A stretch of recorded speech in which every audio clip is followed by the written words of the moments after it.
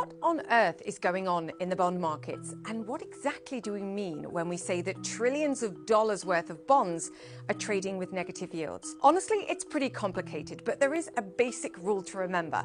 When bond prices go up, the yield, or the return the buyer earns on that bond, goes down. Bond prices up, yields down. Now, a government or a company issues a bond because they want to borrow money. An investor buys the bond, gives the government cash, and in return gets paid a fixed sum of money, interest, every year. Now, at the end of the life of the bond, the government then gives all that cash back, 100% of the money they initially borrowed. We call that capital protected. The interest the government pays is pretty low right now, but generally it pays better than keeping the cash in a savings account, for example. Now, bond prices spike higher when investors get nervous and turn to what we call safe havens. The question is, why are government bonds seen as safe assets? Well, the belief is that if all else fails, a sovereign nation like the United States will still honor its commitment. But since the financial crisis, something unique has been occurring. Two things, in fact, have been driving bond prices up and therefore yields down. Number one, ordinary investors are not the only ones who've been buying bonds. Central banks like the Bank of Japan, the Eurozone, and the Federal Reserve Central Bank have all been buying too. Now, number two, central banks have been cutting interest rates as well. Over in places like the Eurozone, Switzerland, Japan, just to name a few, central banks have cut rates to zero and then kept cutting all the way into negative territory to try and help support their economies. In a nutshell, what has that done? It means lots of bonds around the world are trading with negative interest rates or yields. This means the buyer of a bond today with a negative interest rate is effectively paying global governments and/or companies for the privilege of lending the money. Sounds crazy? Yep, it's pretty crazy. And that's what the world looks like today, to the tune of multiple trillions of dollars worth of bonds. The question is, why should we care? Well, for one, we don't know where this ends. While low rates are good for borrowers, low rates are bad for savers. Longer term, low rates make it harder for money managers like big pension funds to earn cash. Therefore, they're forced to buy riskier products, putting our future retirement money at greater risk.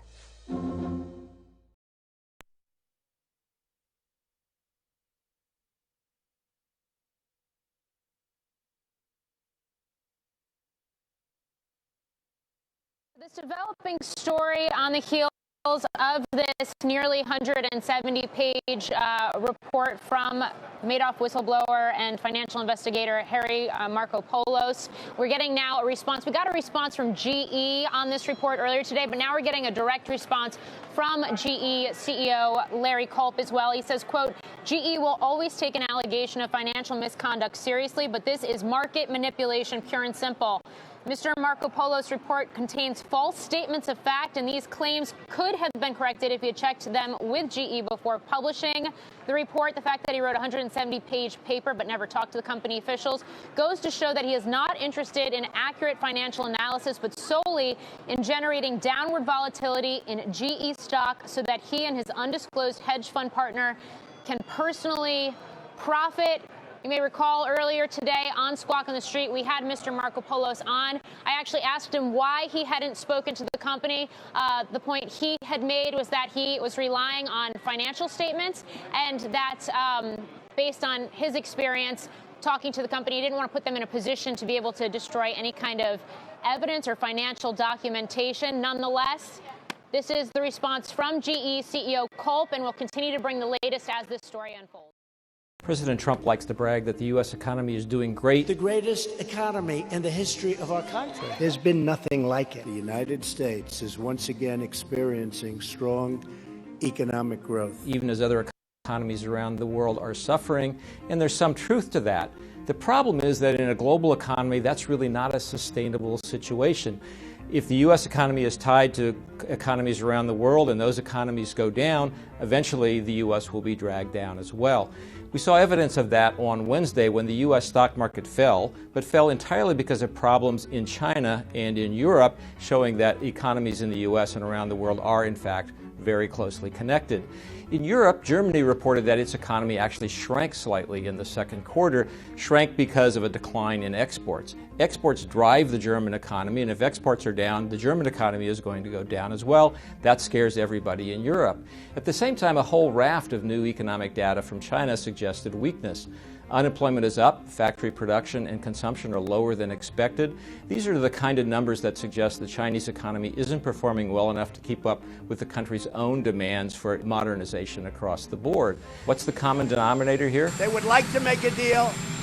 I'm not ready to make a deal. Trade tensions created by President Trump's trade fights with both China and with the European Union. The president insists he's trying to correct years of abuse by America's trading partners. One priority is paramount: reversing decades of calamitous trade policies. So bad. But if the effort to correct those abuses brings down the global economy, the U.S. will feel the fallout as well, as we discovered on Wednesday. So I got two articles I want to go into right quick. This is from Business Insider, Market Insider.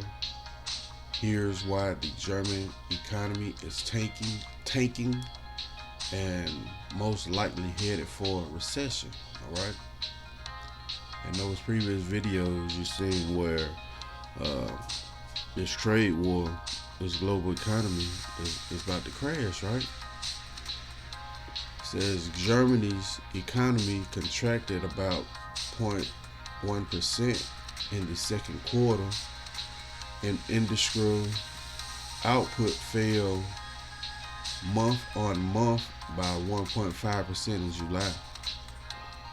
If Europe's biggest economy tips into recession, the rest of the Eurozone is likely to suffer. It says the U.S.-China trade war has been a key driver of the decline, as both countries are huge export markets for Germany. All right, so this is what the so-called top elites is doing, man, to try and institute this RFID microchip. So if they can topple the global economy, guess what? All men are going to have to take that chip, man. It's going to be something global, man. You got to realize that. Now, this is something else I want to go into regarding. Let me get rid of that. Regarding what the economy, right? And this is all by hands of the Most High. The top elites think they're doing this, but guess what? They in the hand of the Most High. He's put them in a trick bag, right? This is Business Insider Singapore. Says the bloodbath in America's trucking industry has officially spilled over to the rest of the economy. All right. It says the inverted yield curve is a sinister sign of a forthcoming recession, and investors are freaking out that a downturn is nigh. Right? And, indicators from the trucking industry have for months been warning of an economic recession, as truckers have seen their pay slashed in what has been called bloodbath in the industry. Freight recessions are often a leading indicator when the rest of the economy is headed for a downturn. All right, now let's get into some scriptures. First and foremost, I want to give all praise, honor, and glory to Yahweh, by Hashem Yahushai. Yahweh being the name of the Heavenly Father, by Hashem, in the name, Yahushai, is the name of His only begotten Son, who the world ignorant knows is Christ. I want to give double honors to the elders and apostles of Great Millstone. Much respect to the brothers who out there laboring worldwide, teaching in truth and sincerity, trying to wake up the elect of the children of Israel. And yeah, in those videos and the articles I read earlier, you see where the global economy, man, is really headed for a crash. And this thing is going to implement the mark of the beast. Once the mark of the beast is implemented, you're going to have famine. Then you're going to have Jacob's trouble. And all that's going to be mixed in Jacob's trouble. But then you're going to have what? World War III kick off. And then you're going to have the salvation of the children of Israel, the chosen, the called, right? So let's get into this economic global crash, okay? This is Isaiah chapter 19 and verse 14. The Lord Yahweh have mingled a perverse spirit in the midst thereof, and have caused Egypt to err in every work thereof, right? So he done stirred up Donald Trump to start a trade war with China, man, the two biggest economies in the world, right? Why? He says, and they have caused Egypt to err in every work, as a drunken man staggereth in his vomit. Neither shall there be any work for Egypt, which the head or tail, branch or rush may do, man, from the greatest to the least, man. Like we just seen in those articles, man, how the trucking industry, you know what I'm saying, they slash, it's called bloodbath, man. This is the perverse spirit that the Most High has stirred up in this place, man. And, you know, this place is called spiritual Sodom and spiritual Egypt, right? Let's get that right quick. This is Revelation, Salakia, chapter 11 and verse 8. And their dead bodies shall lie in the street of the great city, which is spiritually called Sodom and Egypt, where our Lord was crucified. Yeah. So this is called spiritually Sodom and Egypt, man. The homosexuality is running rapid in here. And we know Egypt is a place of what? Hard bondage, man. That we were made to serve, right? Pursuant to the curses in Deuteronomy 28, right? So the Most High God has mingled a perverse spirit in this place to what? Have the grinders cease, man. Have them not be able to recover, right? Let's go to Jeremiah, right? Chapter 51, and let's start at verse 7. Babylon have been a golden cup in Yahweh's hand, that made all the earth drunken. The nations have drunken her wine, therefore the nations are mad, right?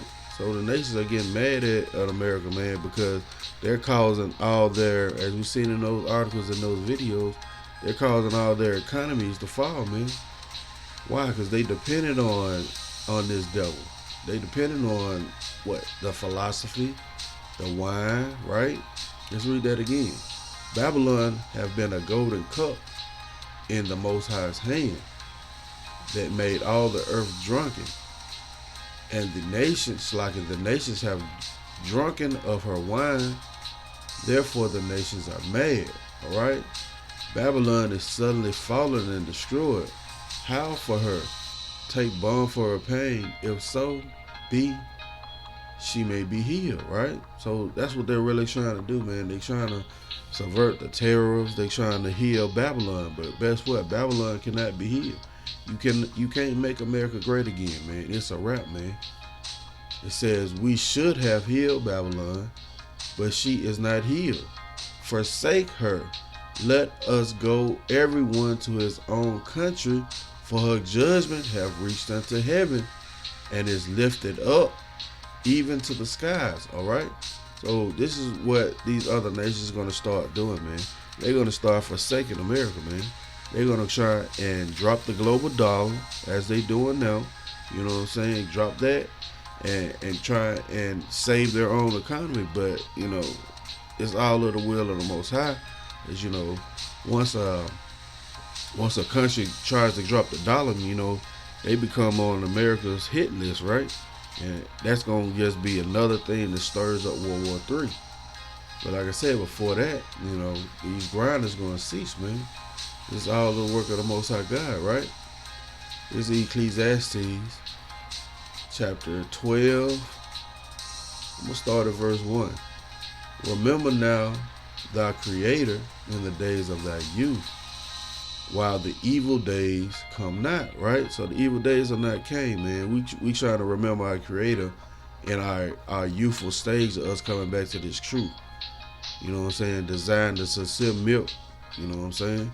So For the years draw now, when thou shalt say, I have no pleasure in them, right? So it's coming soon. It says, while the sun or the light or the moon or the stars be not darkened, nor the clouds return after the rain, okay?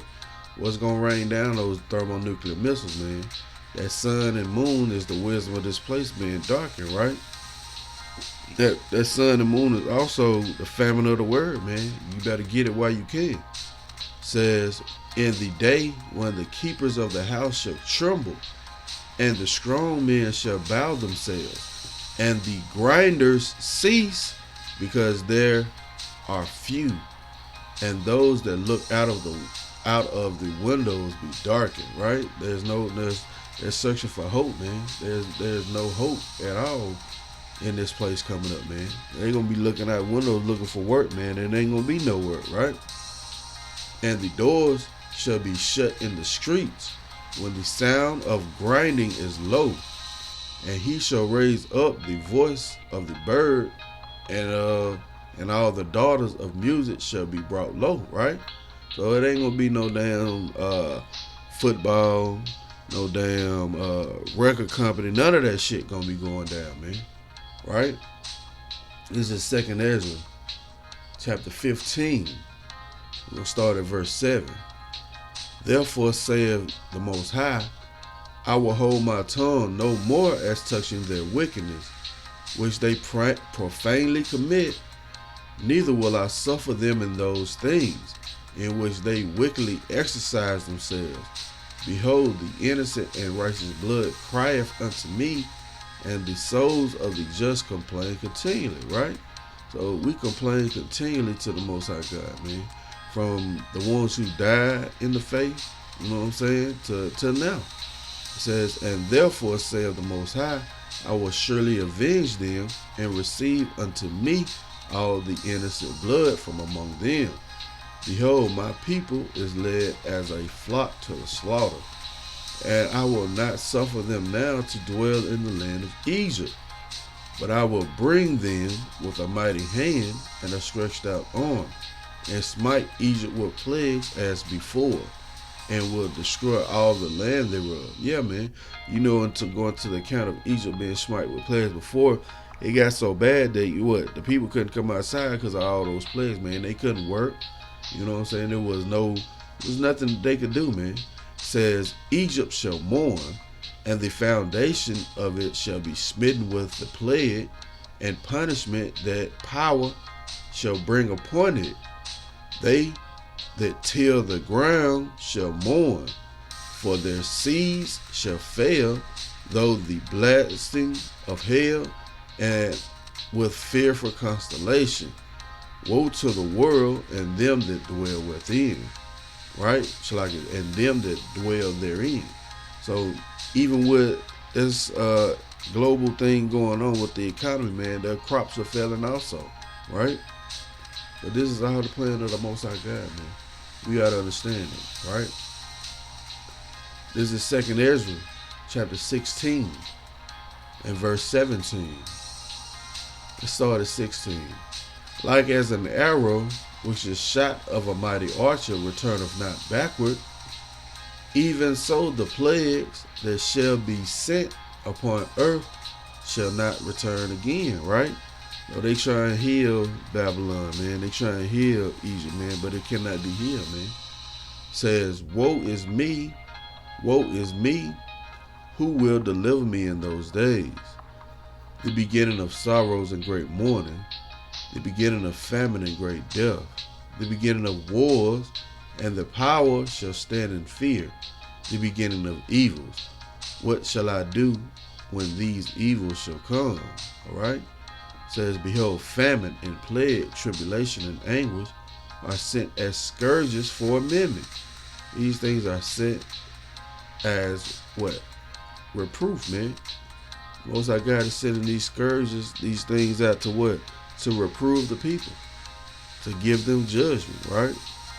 But for all these things, they shall not turn from their wickedness, nor be mindful of the scourges, right?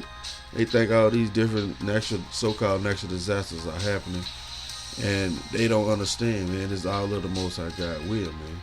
You gotta understand, in ancient Egypt, the Most High God sent those curses, those plagues upon them, and it was a build-up till finally what? He killed the firstborn of every one of their livestock, every one of their children. All of them died, man.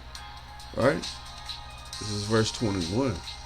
Behold, victuals shall be so good cheap on earth that they shall think themselves to be in good case. And even then shall evils grow upon earth, sword, famine, and great confusion, right? So right now, people think themselves in good case because they can still go to the supermarket. They can still go get them some fast food, man. But as we seen in that article earlier, man, these trucking companies letting you know, man, that this shit is finna cease, man. It's finna come to an end, right? Verse 22. For many of them that dwell upon earth shall perish of famine, and the other that escape the hunger shall the sword destroy, right? So it's like the video I did yesterday about the World War III coming up. Guess what, man? If you escape this hunger, man, you allotted to the sword. You going into World War III, man, right? And the dead shall be cast out as dung, and there shall be no man to comfort them, for the earth shall be wasted, and the city shall be cast down. Right? With that, Lord willing, has been edifying. I want to give all praise, honor, and glory to Yahweh, by Hashem Yahushua, by Hashem Wakakadash. Double honors to the elders and apostles of Great Millstone, who are my teachers. Much respect to the brothers out there laboring in this truth worldwide, trying to wake up the elect of the 12 tribes of the children of Israel. Come back to you with another lesson, Lord willing. Till the next time I say, Shalom.